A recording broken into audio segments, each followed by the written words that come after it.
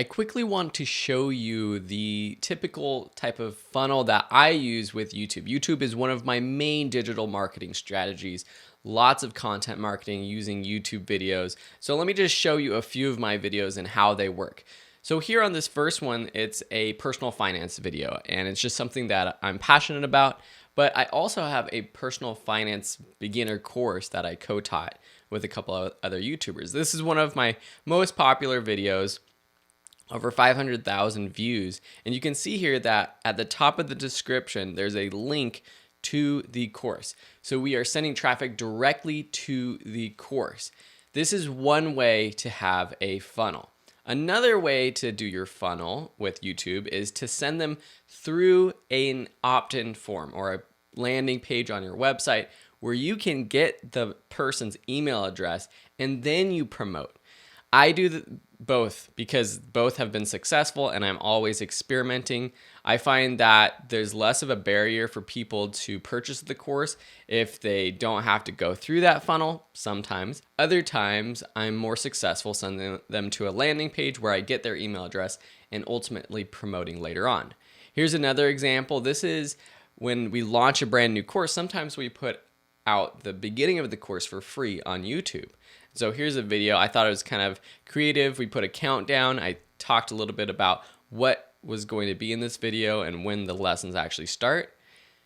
Up here, using the YouTube cards. This was co-taught with Nick Walter. We have links to the course, and the cards are visible on mobile devices, which is great. And then again, in the description, at the top of the description, putting the link. And you want to, if you can, put the links, whatever your main call to action is, above the fold. What that means is you saw this show more button.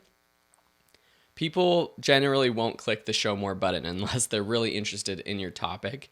And so you want to make sure that your link and your call to action is above the show more. So that means within the first couple of lines of your description. Here's another example, and this is where I'm sending people to a landing page.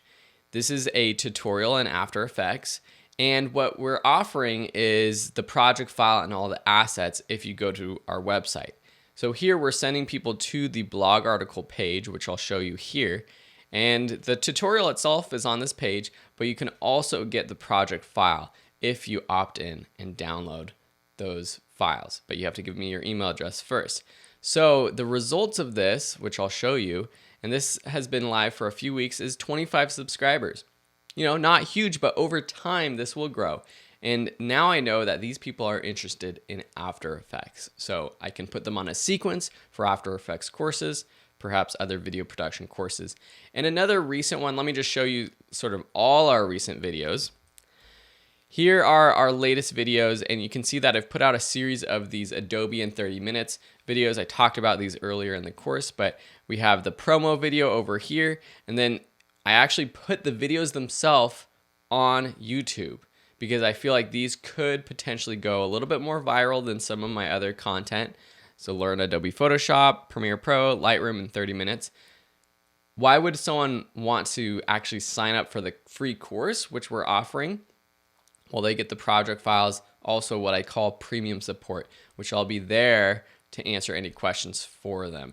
So we've gotten over 100, even since I recorded the video yesterday about this sort of funnel, we've gotten over 125 new opt-ins. So you can see that actually sending people to a free course seems to be a better way, more efficient way of growing my email list rather than getting someone just to give me their email for a download like I was doing with this neon sign tutorial. I could have put this neon sign tutorial into a course, created a course about it, put it for free using Teachable, but because it's a single tutorial, I didn't think that was necessary. But just knowing that the free courses do a lot better makes me think in the future for my strategy, giving out those free courses is a better way to grow my email list.